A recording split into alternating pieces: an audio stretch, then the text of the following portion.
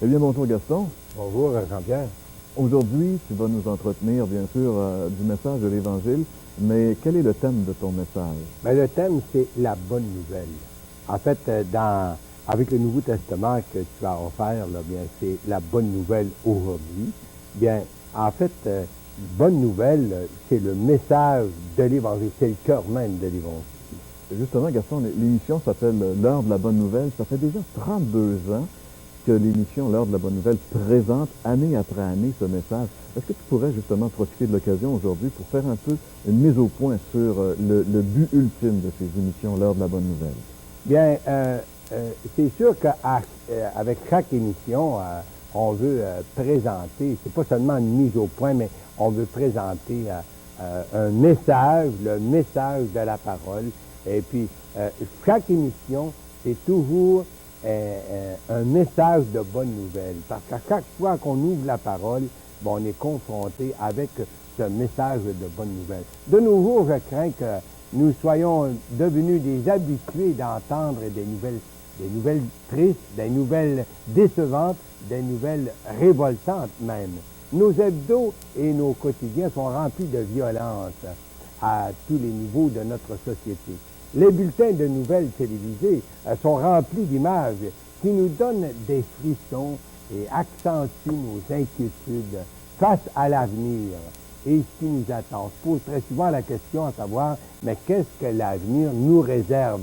Il semble que l'horizon se fait de plus en plus sombre. Alors j'ai donc cru bon de souligner certains faits de bonnes nouvelles cités dans l'Évangile. On doit d'abord se rappeler que Évangile, bien, ça veut dire bonne nouvelle. Je veux commencer par vous rappeler cette intervention angélique lors de la naissance de Jésus. C'est tout au début du Nouveau Testament. Et bien sûr qu'il n'avait pas les médias dans ce temps-là, comme nous avons aujourd'hui. Mais Dieu n'est pas à court de moyens pour faire connaître la bonne nouvelle, sa bonne nouvelle. Puis j'aimerais vous inviter à une portion d'écriture qu'on retrouve dans l'Évangile de Luc, le chapitre 2 et le verset 8. Et là, nous allons lire ensemble. Luc chapitre 2 et le verset 8 et 9. Il y avait dans cette contrée des bergers qui passaient dans les champs, les veilles de la nuit, pour garder leurs troupeaux. Et voici un ange du Seigneur leur apparut, et la gloire du Seigneur resplendit au milieu d'eux. Et je dois vous dire quand même que c'était plus que la télé en couleur. Et le verset 10 continue en disant, l'ange leur dit, ne craignez pas, car je vous annonce une bonne nouvelle qui sera pour tout le peuple le sujet d'une grande joie. C'est qu'aujourd'hui, il vous est né un sauveur qui est le Christ, le Seigneur.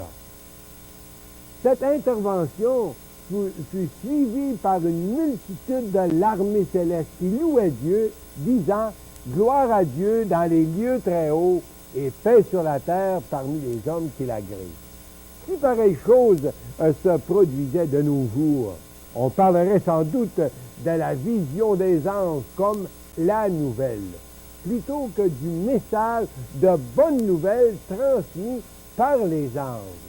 Oui, le Sauveur est né et le salut est maintenant disponible pour tous les hommes. Est-ce que ce message, Gaston, a été reçu par tout le monde à l'époque comme un message de bonne nouvelle? C'est sûr que non. Ce message n'a pas été, malheureusement, il y avait dans le temps que le Seigneur est né, il y avait d'abord Hérode, il y avait les grands, les religieux qui étaient à Jérusalem. Mais justement, c'est ce qu'on lit dans l'Évangile de Matthieu. On lit là que lorsqu'Hérode, le roi, a appris ce message, il fut troublé et toute Jérusalem fut troublée avec lui. La même chose se produit encore de nos jours pour certains gens. Lorsque nous leur parlons du salut merveilleux que Dieu offre gratuitement à tous les hommes, très souvent, on a comme réponse, on sait tout ça. On nous le dit à chaque semaine, et ainsi de suite. C'est un peu comme si on se fait dire, ben, achalez-moi pas avec ça, ça fait longtemps que je sais tout ça. Mais peu importe ce que certains gens pensent, ça reste que le salut gratuit de Dieu offert dans tel que la parole nous le présente. C'est la plus grande puis une merveilleuse bonne nouvelle. Le livre des Actes nous raconte comment le message de bonne nouvelle s'est propagé, commençant par le premier message présenté par l'apôtre Pierre. Et par suite du premier martyr de l'Église, les croyants se sont dispersés un peu partout, et partout où ils allaient, ils annonçaient la bonne nouvelle de l'Évangile. Et c'est le cas de Philippe, par exemple, qui descendit dans les villages de la Samarie pour y annoncer la bonne nouvelle. Plusieurs ont accepté son message et se sont convertis au Seigneur. Et c'est la grande joie au sein de ces villages. Est-ce que le message que Philippe avait pour ces gens de la Samarie, c'est le même message que nous avons, nous, aujourd'hui? Ah, bien sûr, Jean-Pierre, que c'est le même message. Le message de l'Évangile, ça ne change pas. Et puis, dès le début, les apôtres, les disciples étaient commissionnés, justement, d'aller puis d'annoncer ce message de bonne nouvelle. Ce message de bonne nouvelle. D'abord, le salut était maintenant disponible pour tous les hommes. Puis au chapitre 8, le livre des Actes, là, on pourrait bien l'appeler le livre des Actes des apôtres. C'était 30 ans depuis la naissance de l'Église, 30 ans d'Église. Et puis, partout, les disciples là, propageaient ce message. Puis dans ce même chapitre 8, justement, Philippe annonce aussi la bonne nouvelle à un Éthiopien. Ça, c'est quelqu'un de l'extérieur qui était venu à Jérusalem, mais justement, c'était un homme qui cherchait Dieu. C'était le ministre de la reine d'Éthiopie.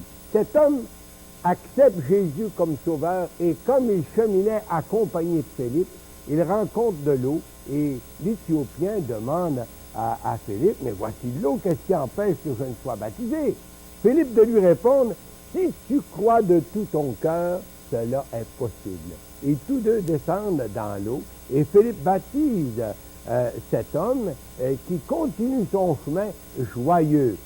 C'est encore la même chose qui se produit à Antioche, dans le livre des Actes, chapitre 20, et le chapitre 11, et le verset 20. Et puis, on vous invite de lire justement ce verset avec nous.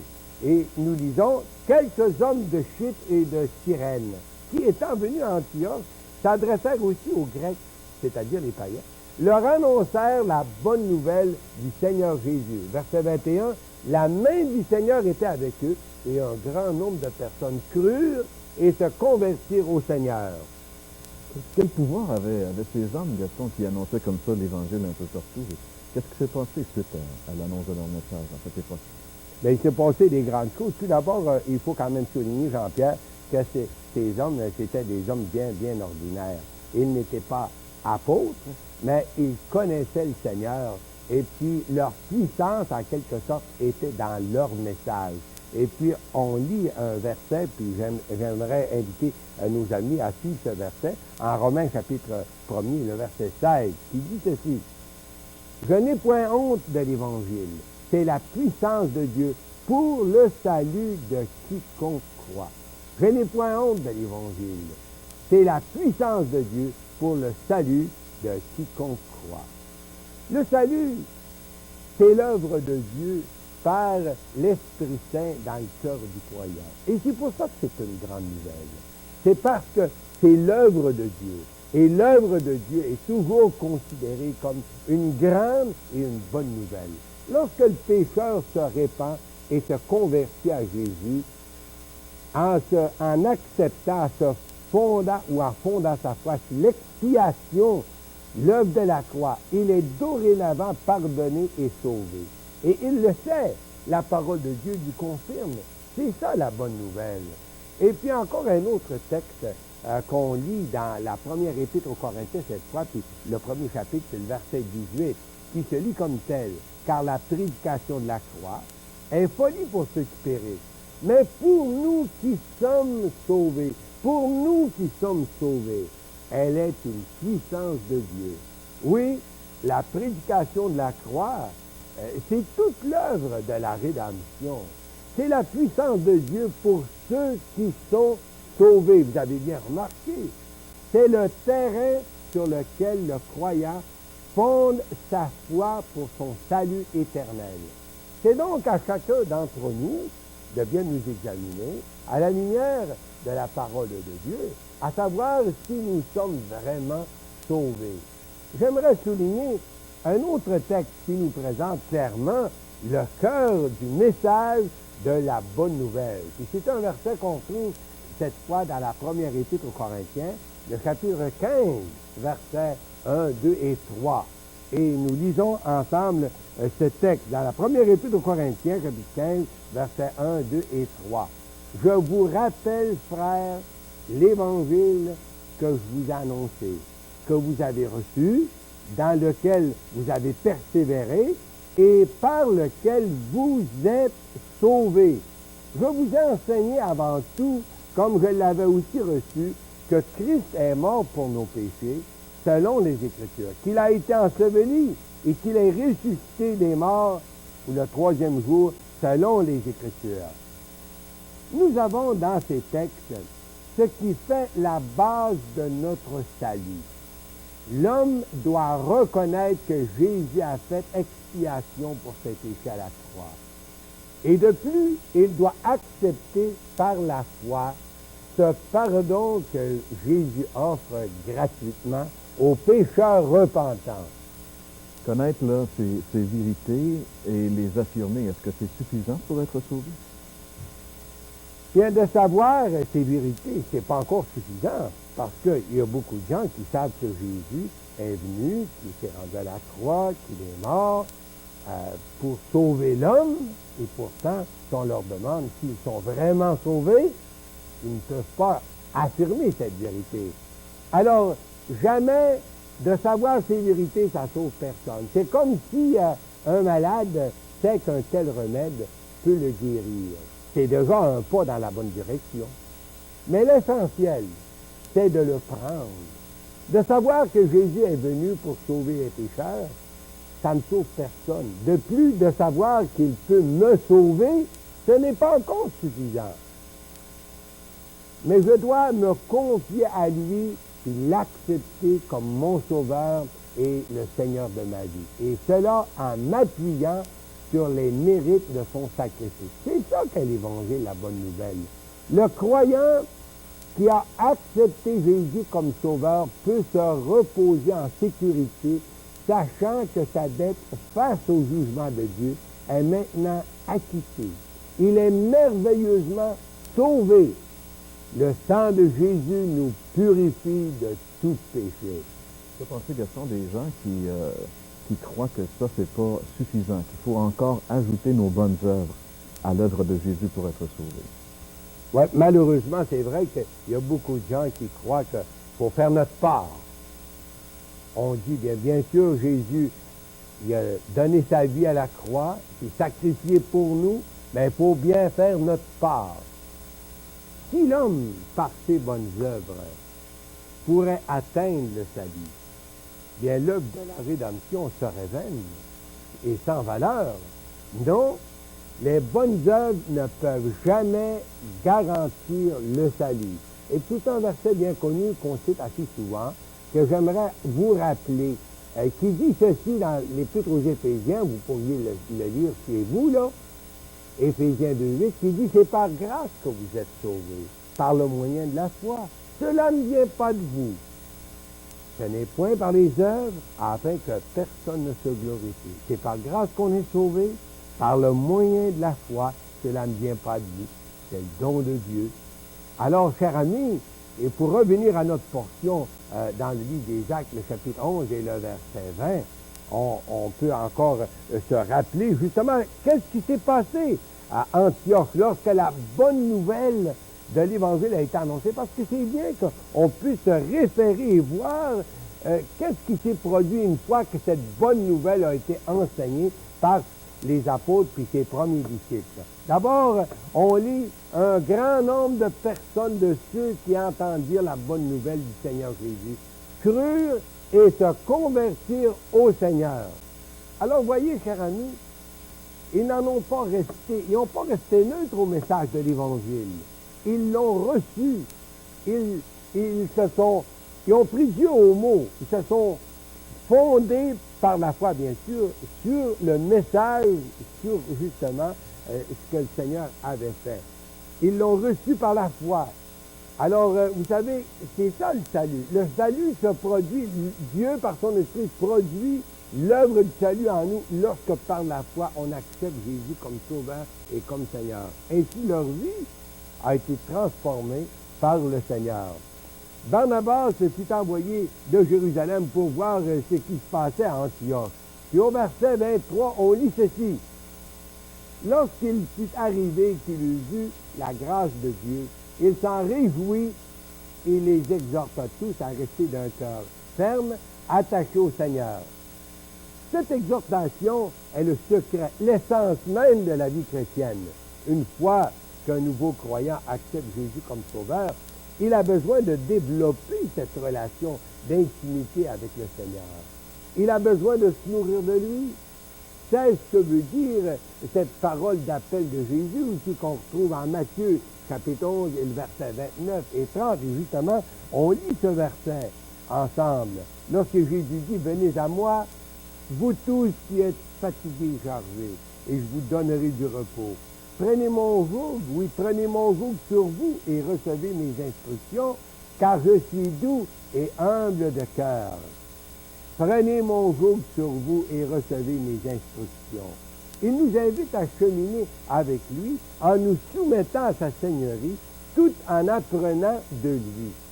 C'est comme ça qu'on devient disciple du Seigneur et que par le Saint-Esprit, on devient plus comme lui. Et vous, mon ami, aimeriez-vous une vie transformée par le Seigneur?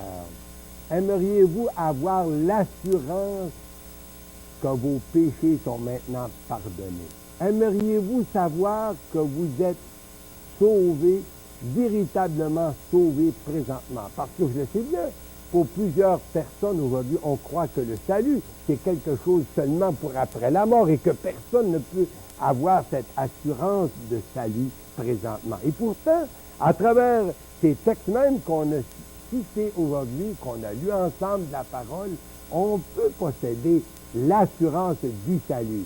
Et je cite justement une autre parole de Jésus en Jean chapitre 6 et le verset 9, qui dit ceci, « Je suis la porte.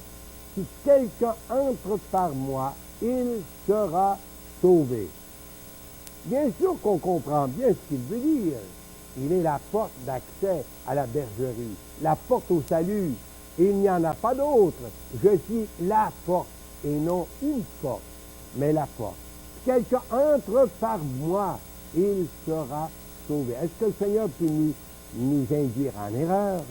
Ça pourrait être vous, mon ami. Vous pouvez lui faire confiance. Et il n'a jamais trompé personne. Soyez-vous prête à lui adresser cette prière? Seigneur, je reconnais que je suis pécheur, mais toi, tu as fait expiation pour moi. Tu as payé ma dette à la justice divine. Grand merci, Seigneur, pour ton amour pour moi.